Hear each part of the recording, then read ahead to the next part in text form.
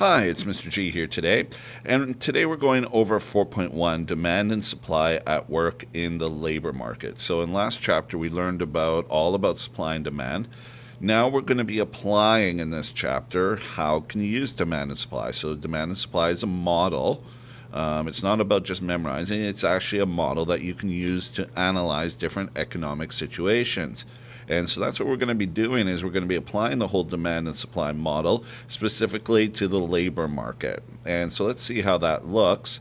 So here we have, your typical supply demand kind of graph. You see your demand, you see your supply, you see a surplus happening when supply is higher than basically demand. You see a shortage when demand is higher than basically supply, and then you have equilibrium.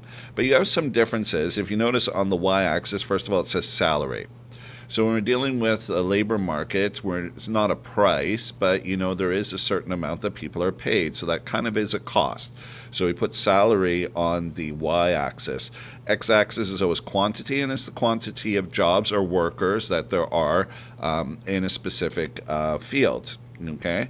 And so when we're looking at this, we can see that this is what happens. This is how people's salaries are essentially determined without any other variables or other things entering into it. But in a free market, essentially, that's how it would be determined.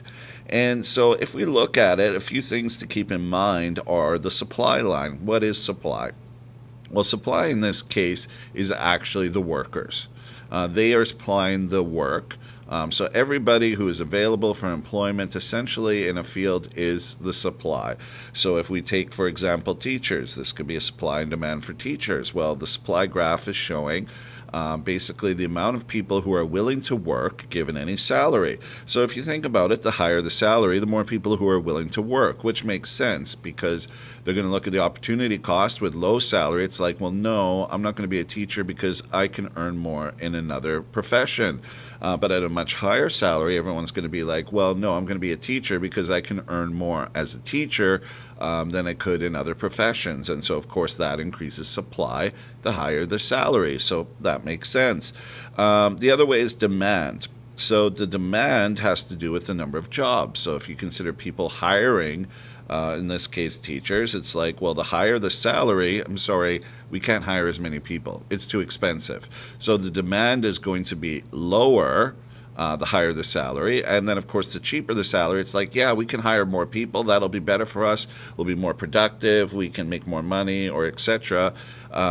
Whatever this business is, essentially, if we have a lower salary. So salary plays a role in demand. So in this case, the businesses are providing the demand because they're hiring people, they're providing the jobs, and the supply is coming from the workers. So in that way, it is reversed from what you've been using a lot. Now we have over here assume ceteris paribus. This is in everything, assuming all other variables equal. Things like unions can have an impact on this because essentially it doesn't allow free market necessarily to take place. So a lot of other things can essentially affect this. So we always assume ceteris paribus when we're looking at any of these things. So let's have a look here at a market for teachers. And so this is, basically salary. It's not accurate. I was just putting in numbers. It also depends, of course, where you are because, it varies greatly from wherever you are in the world as a teacher. But if we look on the left column, it says salary. So this is the amount of money that basically earn per year for being a teacher. And so quantity demanded, quantity supply. Quantity demanded are how many jobs are we going to provide? So obviously at a $30,000 salary, it's like we can provide 90,000 jobs. Maybe we'll have less students in the class. Whatever the reason is, we can afford this, we're going to do this. The higher the salary is, the less basically jobs that are out there. And so at 65,000 salary, there's 60,000 jobs out there. Now, if you look at supply, quantity supplied, that is the number of people willing to work as a teacher for that salary. So if you think about it, only 20,000 are willing to work for 30,000 a year. It's too low. A lot of people are like, you know what, I can do other things. It's not worth my time to become a teacher, etc. Especially education and other things. We'll talk about that later. So if you look at it as the salary goes up to like 100,000, well, basically then like 100,000 people are willing to become teachers. Like for that salary, you know what? I'm willing to give up my profession right now, and I'm willing to become a teacher. And so you can see what happens. We have here equilibrium happening, and that's at 65,000 salary. The quantity demanded, the jobs out there, 60,000. The number of people, teachers that are willing to work for that salary are 60,000. So in a free market with no other situations happening, ceteris paribus, we would be having a salary of 65,000 for teachers per year based upon this data, which is I just made up. It's not accurate, but it shows and demonstrates how you would go about figuring out equilibrium salary. And this is any profession. If you had accurate numbers, you could essentially figure out what would be the equilibrium salary, okay, or equilibrium wage. So we're going to be looking at basically a few different things now. First of all, shifts in labor supply as well as shifts in labor demand. We'll start with labor demand. So what causes shifts in labor demand? Well, the first one is demand for output, and we call it derived demand. So if you think about it, you work at Starbucks and more people are coming in and ordering coffees all the time. Well, if more people are ordering coffees, what happens is they need to hire more workers. So the demand for Starbucks workers increases. We call this a derived demand. When you go to Starbucks, you're not really demanding more workers themselves directly. You're not saying, you know what, I'm going into Starbucks because I want more workers there. I'm not going to order anything, but I just want more workers there. No, you're going in to buy something, and because of the increased demand for that product, they have to then hire more people. So we call that a derived demand, where it's dependent on something else, depending on demand for another product. So higher demand for an actual product means the higher demand for labor. Okay, so that will increase labor demand. Remember, labor demand is talking about jobs. Education and training. Higher education training can increase demand if it results in higher productivity. So if you train people, so you look back at Starbucks example, if the people are trained, on how to basically do things efficiently, they can be more productive. And if they're more productive, and we'll learn about this in a later chapter, it actually means that, companies can make more money. Henceforth, they will hire more people because highly trained, they're more productive. More productive a business is, more money they make, and the more people they'll hire. And we'll cover that in a later chapter. Marginal revenue product of labor is what we'll be looking at with that, but we haven't covered that yet. But essentially, that is the reason why. Technology. Technology is an interesting one. It can be either a substitute or a complement. So if you think about it, I know Amazon used to have people that ran around their distribution centers picking up the individual items that people ordered and bringing it back to the packers who packed it in the boxes and sent it off. Well, they replaced all of that, and I think they had sometimes 12,000 different people doing this job, and they replaced it with these robots, and you can Google it and have a look at it, these Amazon robotic runners that go and they actually take the entire shelf to the packers. Well, it replaced a lot of workers. So in this particular case, technology acted like a substitute. The demand for people doing this job went down greatly. So technology essentially was a substitute. But if you think about it, it can also be a complement. Increased demand for workers now to maintain and program these robots because, of course, they still do run on their own, but at times they'll need maintenance. At times they'll need, to have things fixed or other things programmed or, other kinds of things. So in some ways it's created demand, but in other areas. And we'll talk about that a little bit later with low skill versus high skill. I'm just going to go through here the number of companies. So the more companies producing a product increases demand. So the more companies that are out there, essentially the more jobs that there are out there. The next one is government regulations. Government can demand more workers in certain jobs. I know with daycare, with my youngest one, they have a certain model. based on the age, you have to have this many adults present at all times. So, if you have a lot of 2 and 3-year-olds, you have to have a certain number of adults. Well, if we left it to the free market, they maybe wouldn't have that many adults. But because of government regulation, so that creates more of a demand because they need more people basically in the building. So therefore, the demand for daycare workers does increase. Price and availability of other inputs. As other inputs increase in production that require a human, increased labor demand. So, if you have added machinery or added things that need human intervention in it, well, that's going to, of course, increase the number of jobs that are in there, okay, as long as they're not taken away from other jobs. So we're going to have a look at this, low skill versus high skill labor. And I just talked about the idea of basically with Amazon, replacing all these runners. And if you think about it, the running job is a fairly low-skilled job. You were told where to go. You just go there, pick the product, go back. There's not a lot of skill that's required with it, not a lot of training. It pretty much tells you everything to do. You're just serving a purpose, okay? With those ones, you'll typically find low-skilled jobs. What happens is they do tend to get replaced with more high-skilled labor.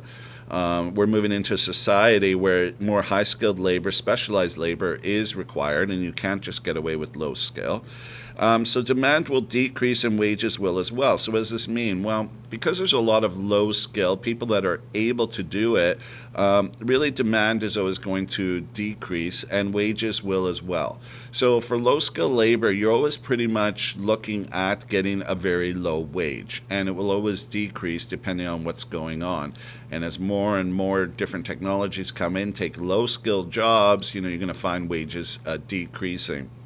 High-skilled labor will be more in demand, and the wages will increase as well. So as you have limited supply of high-skilled workers, and people who are trained go into it, you'll find that wages go up. And these are important things to remember in life, especially as you're choosing careers.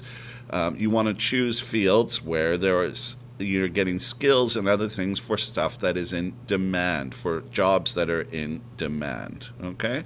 Because that will make a difference then to your ultimate wage. Now we're going to look at shifts in the labor supply. So now we're looking at labor. We did the demand. Number of workers. So obviously if there's more workers in there, it increases supply. Okay, so whether that's more population coming in, and as you have added population, that is more workers. So essentially supply goes down. And supply increases with more population. Supply would increase, lowering wages. If you have more population moving away, then, supply goes down and wages increase, okay? So you know that if there's a huge influx of people or a lot of people, wages will be low. In some areas of the world, there's lots of people, they're overpopulated. So, of course, wages are always going to be lower. Why? Because there's so many people there.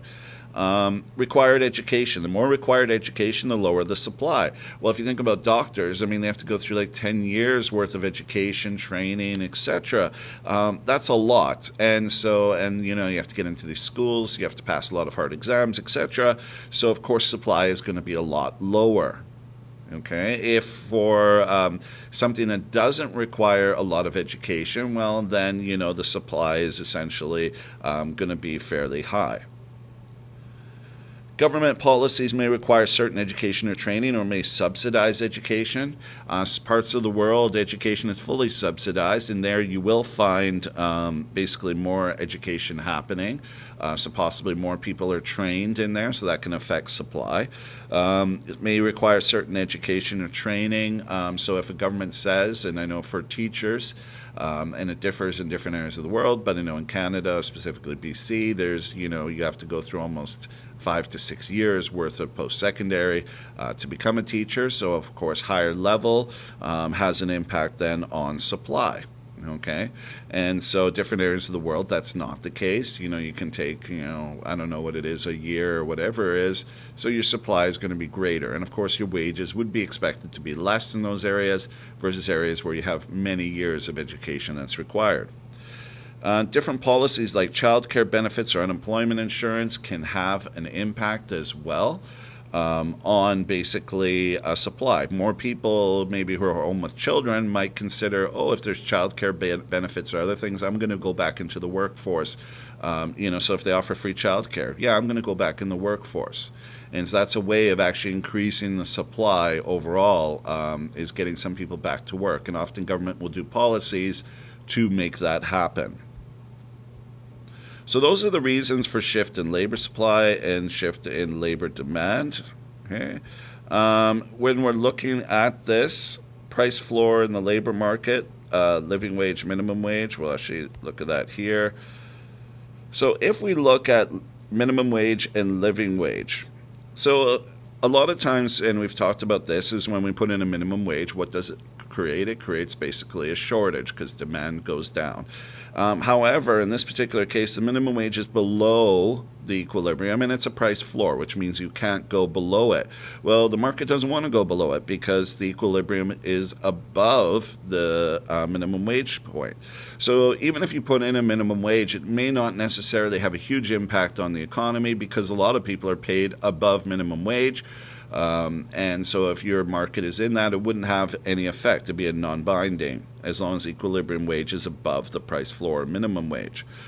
For those jobs that are right at the minimum wage, of course, it will have, possibly an impact, if they can't get to, if the floor is preventing them from getting to equilibrium.